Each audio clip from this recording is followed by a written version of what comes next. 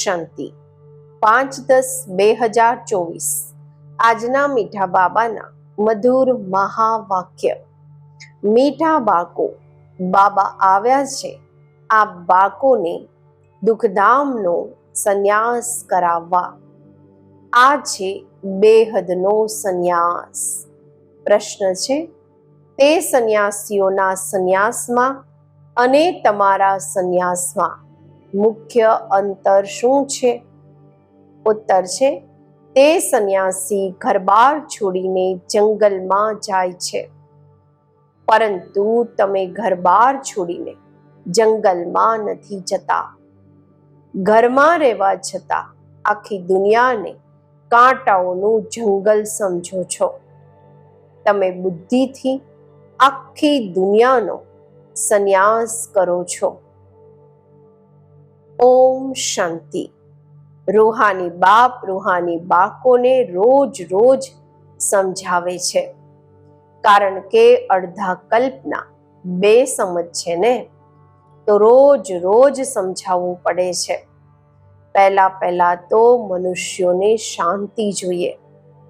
આત્માઓ બધા અસલ રહેવા વાળા પણ શાંતિધામના છે। બાપ તો છે જ સદૈવ શાંતિના સાગર। હમણાં તમે શાંતિનો વારસો પ્રાપ્ત કરી રહ્યા છો। કહે છે ને, શાંતિ દેવા, અર્થાત અમને આ સૃષ્ટિથી સ્વયંના ઘરે શાંતિધામમાં લઈ જાઓ અથવા શાંતિનો વારસો આપો। દેવતાઓની આગળ અથવા શિવ બાબાની આગળ આવું જઈને કહે છે કે શાંતિ આપો, કારણ કે શિવ બાબા છે શાંતિના સાગર। હમણાં તમે શિવ બાબા પાસેથી શાંતિનો વારસો લઈ રહ્યા છો। બાપને યાદ કરતા કરતા તમારે શાંતિધામમાં જવાનું છે જરૂર। નહીં તો યાદ કરશો તો પણ જશો જરૂર। યાદ એટલા માટે કરો છો કે પાપોનો બોજો જે માથા પર છે એ ખતમ થઈ જાય। શાંતિ અને સુખ મળે છે એક બાપ પાસેથી, કારણ કે એ સુખ અને શાંતિના સાગર છે। એ ચીજ જ મુખ્ય છે। શાંતિને મુક્તિ પણ કહેવાય છે, અને પછી જીવન મુક્તિ અને જીવન બંધ પણ છે। હમણાં તમે જીવન બંધથી જીવન મુક્ત થઈ રહ્યા છો।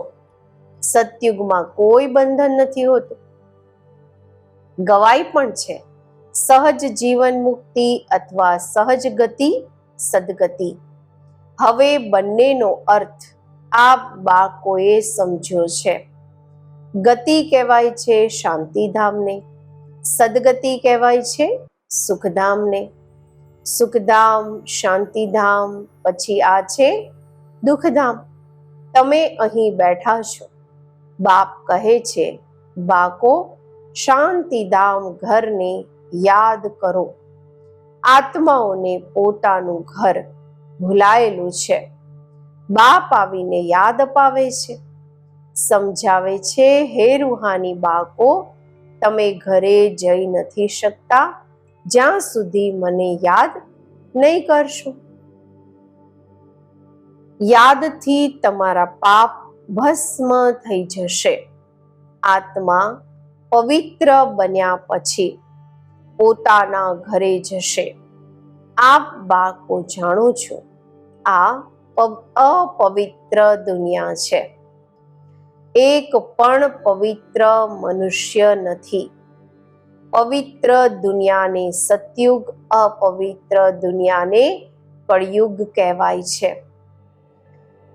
રામ રાજ્ય અને રાવણ રાજ્ય। રાવણ રાજ્યથી અપવિત્ર દુનિયા સ્થાપન થાય છે। આ પૂર્વ નિર્ધારિત ખેલ છે ને। આ બેહદના બાપ સમજાવે છે। બાબા કહે છે, એને જ સત્ય કહેવાય છે। સત્ય વાતો તમે સંગમ પર જ સાંભળો છો, પછી તમે સતયુગમાં જાઓ છો. દ્વાપરથી પછી રાવણ રાજ્ય શરૂ થાય છે. રાવણ અર્થાત અસુર થયો. અસુર ક્યારેય સત્ય નથી બોલી શકતો, એટલે તેને કહેવાય છે જૂઠી માયા, જૂઠી કાયા. આત્મા પણ જૂઠો છે તો શરીર પણ જૂઠું છે. આત્મામાં સંસ્કાર ભરાય છે ને. 4 ધાતુઓ છે ને, સોનું, ચાંદી, તાંબુ, લોખંડ. બધી ખાદ નીકળી જાય છે. બાકી સાચું સોનું તમે બનો છો આ યોગ બળથી. તમે જ્યારે સતયુગમાં છો તો સાચું સોનું જ છો. પછી ચાંદી પડે છે તો ચંદ્રવંશી કહેવાય છે. પછી તાંબાની, લોખંડની ખાદ પડે છે દ્વાપર કળિયુગમાં. પછી યોગથી તમારામાં જે ચાંદી, તાંબુ, લોઢાની જે ખાદ પડી છે તે નીકળી જાય છે. પહેલા તમે બધા આત્માઓ શાંતિધામમાં છો. પછી પહેલા આવો છો સતયુગમાં, તો તેને કહેવાય છે ગોલ્ડન એજ. તમે સાચું સોનું છો. યોગ બળથી બધી ખાદ નીકળીને પછી સાચું સોનું બચે છે. શાંતિધામને ગોલ્ડન એજ નથી કહેવાતું. ગોલ્ડન એજ, સિલ્વર એજ, કોપર એજ અહીં કહેવાય છે. શાંતિધામમાં તો શાંતિ છે. આત્મા જ્યારે શરીર લે છે ત્યારે ગોલ્ડન એજ કહેવાય છે. પછી સૃષ્ટિ જ ગોલ્ડન એજ બની જાય છે. સતો પ્રધાન 5 તત્વોથી શરીર બને છે. આત્મા સતો પ્રધાન છે તો શરીર પણ સતો પ્રધાન છે. પછી પાછળથી આયરન એજ શરીર મળે છે, કારણ કે આત્મામાં ખાદ પડે છે. તો ગોલ્ડન એજ, સિલ્વર એજ આ સૃષ્ટિને કહેવાય છે. તો હવે બાળકોએ શું કરવાનું છે? પહેલા શાંતિધામ જવાનું છે, એટલે બાપને યાદ કરવાના છે. ત્યારે જ તમો પ્રધાનથી સતો પ્રધાન બની જશો. આમાં સમય એટલો જ લાગે છે જેટલો સમય બાપ અહીં રહે છે. એ ગોલ્ડન એજમાં પાર્ટ લેતા જ નથી. તો આત્માને જ્યારે શરીર મળે છે ત્યારે કહેવાય છે ગોલ્ડન એજ જીવાત્મા છે. એમની કહેવાશે ગોલ્ડન એજ આત્મા? ના, ગોલ્ડન એજ જીવાત્મા, પછી સિલ્વર એજ જીવાત્મા બને છે. આત્મા સોના જેવી હોય છે, પછી શરીર પણ સોના જેવું. તો તમે અહીં બેઠા છો, તમને શાંતિ પણ છે, તો સુખ પણ પ્રાપ્ત થાય છે. તો શું કરવું જોઈએ? દુઃખધામનો સંન્યાસ. આને કહેવાય છે બેહદનો સંન્યાસ. તે સંન્યાસીઓનો છે હદનો સંન્યાસ. ઘરબાર છોડી જંગલમાં જાય છે. તેમને એ ખબર નથી કે આખી સૃષ્ટિ જ જંગલ છે. આ કાંટાઓનું જંગલ છે. આ છે કાંટાઓની દુનિયા, તે છે ફૂલોની દુનિયા. તે ભલે સંન્યાસ કરે છે, પરંતુ તો પણ કાંટાઓની દુનિયામાં, જંગલમાં, શહેરથી દૂર દૂર જઈને રહે છે. એમનો છે નિવૃત્તિ માર્ગ, તમારો છે પ્રવૃત્તિ માર્ગ. તમે પવિત્ર જોડી હતા, હમણાં અપવિત્ર બન્યા છો. તેને ગ્રહસ્થ આશ્રમ પણ કહે છે. સંન્યાસી તો આવે જ પછી છે. ઇસ્લામી બૌદ્ધિ પણ પછી આવે છે. ક્રિશ્ચન કરતા થોડા પહેલા આવે છે. તો આ ઝાડને પણ યાદ કરવાનું છે. ચક્ર પણ યાદ કરવાનું છે. બાપ કલ્પ કલ્પ આવીને વૃક્ષની નોલેજ આપે છે, કારણ કે સ્વયં બીજરૂપ છે, સત્ય છે, ચૈતન્ય છે. એટલે કલ્પ કલ્પ આવીને કલ્પ વૃક્ષના બધા રહસ્ય સમજાવે છે. તમે આત્મા છો, પરંતુ તમને જ્ઞાન સાગર સુખના સાગર, શાંતિના સાગર નથી કહેવાતા. આ મહિમા એક બાપની જ છે, જે તમને આવા બનાવે છે. બાપની મહિમા સદૈવ માટે છે. સદૈવ એ પવિત્ર છે અને નિરાકાર છે. ફક્ત થોડા સમય માટે આવે છે પાવન બનાવવા.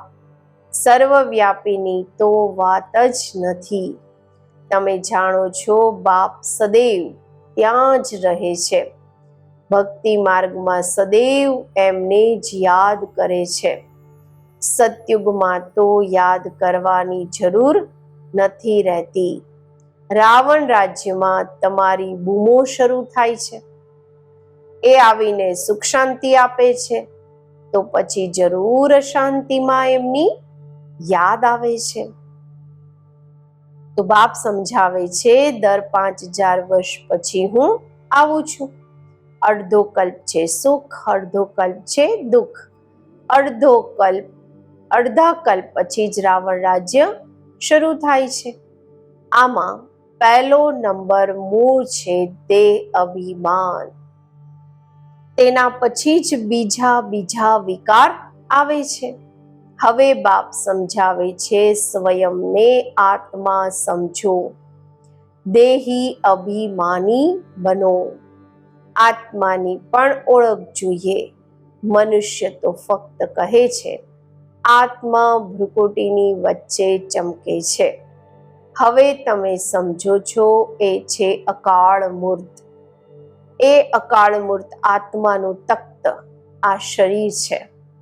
આત્મા બેસે પણ ભ્રુકુટીમાં છે. અકાળ મૂર્તનું આ તખ્ત છે. બધા ચૈતન્ય અકાળ તખ્ત છે. તે અકાળ તખ્ત નથી જે અમૃતસરમાં લાકડાનું બનાવેલું છે. બાપે સમજાવ્યું છે, જે પણ મનુષ્ય માત્ર છે, બધાને પોતપોતાનું અકાળ તખ્ત છે. આત્મા આવીને અહીં વિરાજમાન થાય છે. સતયુગ હોય કે કળયુગ હોય, આત્માનું તખ્ત છે જ આ મનુષ્ય શરીર. તો કેટલા અકાળ તખ્ત છે? જે પણ મનુષ્ય માત્ર છે, અકાળ આત્માઓનું તખ્ત છે. આત્મા એક તખ્ત છોડી બીજું લે છે. પહેલા નાનું તખ્ત હોય છે, પછી મોટું થાય છે. આ શરીરરૂપી તખ્ત નાનું મોટું થાય છે. તો લાકડાનું તખ્ત, જેને શીખ લોકો અકાળ તખ્ત કહે છે, તે તો નાનું મોટું નથી થતું. આ કોઈને પણ ખબર નથી કે બધા મનુષ્ય માત્રનું અકાળ તખ્ત આ ભ્રુકુટી છે. આત્મા અકાળ છે, ક્યારેય વિનાશ નથી થતો. આત્માને તખ્ત ભિન્ન ભિન્ન મળે છે. સતયુગમાં તમને ખૂબ ફર્સ્ટ ક્લાસ તખ્ત મળે છે. તેને કહેવાશે ગોલ્ડન એજ તખ્ત. પછી તે આત્માને silver, copper, iron aged Takht મળે છે. પછી ગોલ્ડન એજેડ તખ્ત જોઈએ તો જરૂર પવિત્ર બનવું પડે. એટલે બાપ કહે છે, મામેકમ યાદ કરો તો તમારી ખાદ નીકળી જાય. પછી તમને આવું દેવી તખ્ત મળશે. હમણાં બ્રાહ્મણ કુળનું તખ્ત છે. પુરુષોત્તમ સંગમ યુગનું તખ્ત છે. પછી મુજ આત્માને આ દેવતાઈ તખ્ત મળશે. આ વાતો દુનિયાના મનુષ્ય નથી જાણતા. દેહ અભિમાનમાં આવ્યા પછી એકબીજાને દુઃખ આપતા રહે છે. એટલે આને દુઃખધામ કહેવાય છે. હવે બાપ બાળકોને સમજાવે છે, શાંતિધામને યાદ કરો, જે તમારું અસલી નિવાસ સ્થાન છે. સુખધામને યાદ કરો, આને ભૂલતા જાઓ. આનાથી વૈરાગ. એવું પણ નથી સંન્યાસીઓની જેમ ઘર બહાર છોડવાનું છે. બાપ સમજાવે છે, તે એક તરફ સારું છે, બીજી તરફ ખરાબ છે. તમારો તો સારો જ છે. તેમનો હઠયોગ સારો પણ છે, ખરાબ પણ છે, કારણ કે દેવતાઓ જ્યારે વામ માર્ગમાં જાય છે તો ભારતને થમાવવા માટે પવિત્રતા જરૂર જોઈએ, તો એમાં પણ મદદ કરે છે. ભારત જ અવિનાશી ખંડ છે. બાપને પણ આવવાનું અહીં હોય છે. તો જ્યાં બેહદના બાપ આવે છે તે સૌથી મોટું તીર્થ થઈ ગયું ને. સર્વની સદગતિ બાપ જ આવીને કરે છે. એટલે ભારત જ ઊંચામાં ઊંચો દેશ છે. મૂળ વાત બાપ સમજાવે છે. બાકો યાદની યાત્રામાં રહો. ગીતામાં પણ મનમના ભવ શબ્દ છે, પરંતુ બાપ કંઈ સંસ્કૃત તો નથી બતાવતા. બાપ મનમના ભવનો અર્થ બતાવે છે. દેહના બધા ધર્મને છોડી સ્વયંને આત્મા નિશ્ચય કરો. આત્મા અવિનાશી છે, તે ક્યારેય નાનો મોટો નથી થતો. અનાદિ અવિનાશી પાર્ટ ભરેલો છે, ડ્રામા બનેલો છે. અંતમાં જે પણ આત્માઓ આવે છે તેમનો ખૂબ થોડો પાર્ટ છે. બાકીનો સમય શાંતિધામમાં રહે છે. સ્વર્ગમાં તો આવી ન શકે. અંતમાં આવવા વાળા ત્યાં જ થોડું સુખ, ત્યાં જ થોડું દુઃખ મેળવે છે. જેમ દિવાળી પર મચ્છર કેટલા અનેક નીકળે છે. સવારે ઉઠીને જુઓ તો બધા મચ્છર મરી ગયા હશે. તો મનુષ્યનું પણ આવું છે. અંતમાં આવવા વાળાની શું કિંમત રહેશે? જાણે જાનવર જેવા થયા. તો બાપ સમજાવે છે આ સૃષ્ટિનું ચક્ર કેવી રીતે ફરે છે. મનુષ્ય સૃષ્ટિરૂપી ઝાડ નાનાથી મોટું, મોટાથી નાનું કેવી રીતે થાય છે. સતયુગમાં કેટલા થોડા મનુષ્ય, કળિયુગમાં કેટલી વૃદ્ધિ થઈ ઝાડ મોટું થઈ જાય છે. મુખ્ય વાત બાપે ઈશારો આપ્યો છે. ગ્રહસ્થ વ્યવહારમાં રહેતા મામેકમ યાદ કરો. 8 કલાક યાદમાં રહેવાનો અભ્યાસ કરો. યાદ કરતા કરતા છેલ્લે પવિત્ર બનીને બાપની પાસે ચાલ્યા જશો તો સ્કોલરશીપ પણ મળશે. પાપ જો રહી જશે તો ફરી જન્મ લેવો પડશે. સજાઓ ખાય છે, પછી પદ પણ ઓછું થઈ જાય છે. હિસાબ કિતાબ ચૂકતું તો બધાએ કરવાનો છે. જે પણ મનુષ્ય માત્ર છે હમણાં સુધી પણ જન્મ લેતા રહે છે. આ સમયે જોશો ભારતવાસીઓ કરતા ક્રિશ્ચનની સંખ્યા વધારે છે. તે પાછા સેન્સિબલ પણ છે, સમજદાર પણ છે. ભારતવાસી તો 100% સેન્સિબલ હતા, તે હવે પછી નોન સેન્સિબલ, બેસમજ બની ગયા છે. કારણ કે 100% સુખ મેળવે છે તો 100% દુઃખ પણ મેળવે છે. તે તો આવે જ પછી છે. બાપે સમજાવ્યું છે ક્રિશ્ચિયન ડિનાસ્ટીનું શ્રી કૃષ્ણ ડિનાસ્ટી સાથે કનેક્શન છે. ક્રિશ્ચને રાજ્ય છીનવ્યું, પછી ક્રિશ્ચિયન ડિનાસ્ટી પાસેથી જ રાજ્ય મળવાનું છે. આ સમયે ક્રિશ્ચનનું જોર છે. તેમને ભારતમાંથી જ મદદ મળે છે. હમણાં ભારત ભૂખે મરે છે તો રિટર્ન સર્વિસ થઈ રહી છે, વળતર મળી રહ્યું છે. અહીંથી ખૂબ ધન, ખૂબ હીરા ઝવેરાત વગેરે ત્યાં લઈ ગયા છે. ખૂબ ધનવાન બન્યા છે. તો હવે પછી ધન પહોંચાડતા રહે છે. તમને મળવાનું તો નથી, એમને પાછું તો મળવાનું નથી. તો હવે આ બાળકોને તો કોઈ ઓળખતા નથી. જો ઓળખે તો આવીને સલાહ લે. તમે છો ઈશ્વરીય સંપ્રદાય, જે ઈશ્વરની સલાહ પર ચાલો છો, તે જ પછી ઈશ્વરીય સંપ્રદાયથી દેવી સંપ્રદાય બનશે. પછી ક્ષત્રિય, વૈશ્ય, શુદ્ર સંપ્રદાય બનશે. હમણાં હમસો બ્રાહ્મણ છીએ, પછી હમસો દેવતા, હમસો ક્ષત્રિય, હમસો વૈશ્ય, હમસો શુદ્ર. તો હમસોનો અર્થ જુઓ કેટલો સરસ છે. આ બાજુલીની રમત છે, જેને સમજવી ખૂબ સહજ છે. પરંતુ માયા ભૂલાવી દે છે. પછી દેવી ગુણોથી આસુરી ગુણોમાં લઈ આવે છે. અપવિત્ર બનવું આસુરી ગુણ છે ને? અચ્છા, મીઠા મીઠા સિકિલધા બાકો પ્રતિ માત પિતા બાપ દાદાના યાદ પ્યાર અને ગુડ મોર્નિંગ. રૂહાની બાપના રૂહાની બાકોને નમસ્તે. આપણે રૂહાની બાકોના રૂહાની બાપને નમસ્તે. ધારણા માટે મુખ્ય સાર. પહેલું છે, સ્કોલરશિપ લેવા માટે ગ્રહસ્થ વ્યવહારમાં રહેતા ઓછામાં ઓછું 8 કલાક બાપને યાદ કરવાનો અભ્યાસ કરવાનો છે. યાદના અભ્યાસથી જ પાપ કપાશે અને ગોલ્ડન એજેડ એટલે કે સ્વર્ણિમ તખ્ત મળશે.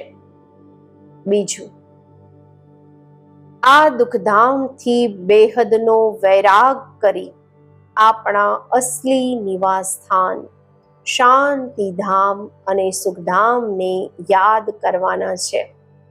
દેહ અભિમાનમાં આવીને કોઈને દુઃખ નથી આપવાનું.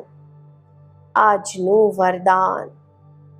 કર્મોના હિસાબ કિતાબને સમજી પોતાની અચલ સ્થિતિ બનાવવા વાળા સહજ યોગી ભવ. ચાલતા ચાલતા જો કોઈ કર્મોના હિસાબ કિતાબ સામે આવે છે તો તેમાં મનને હલાવો નહીં. સ્થિતિને નીચે ઉપર ન કરો. ચાલો આવ્યો તો પરખીને એને દૂરથી જ ખતમ કરી દો. હવે યોદ્ધા ન બનો. સર્વશક્તિવાન બાપ સાથે છે તો માયા હલાવી નથી શકતી. ફક્ત નિશ્ચયના ફાઉન્ડેશનને પ્રેક્ટિકલમાં લાવો અને સમય પર યુઝ કરો તો સહજ યોગી બની જશો. હવે નિરંતર યોગી બનો. યુદ્ધ કરવા વાળા, યોદ્ધા નહીં. આજનું સ્લોગન. ડબલ લાઇટ રહેવું છે તો પોતાની સર્વ જવાબદારીનો બોજ બાપ હવાલે કરી દો. ઓમ શાંતિ.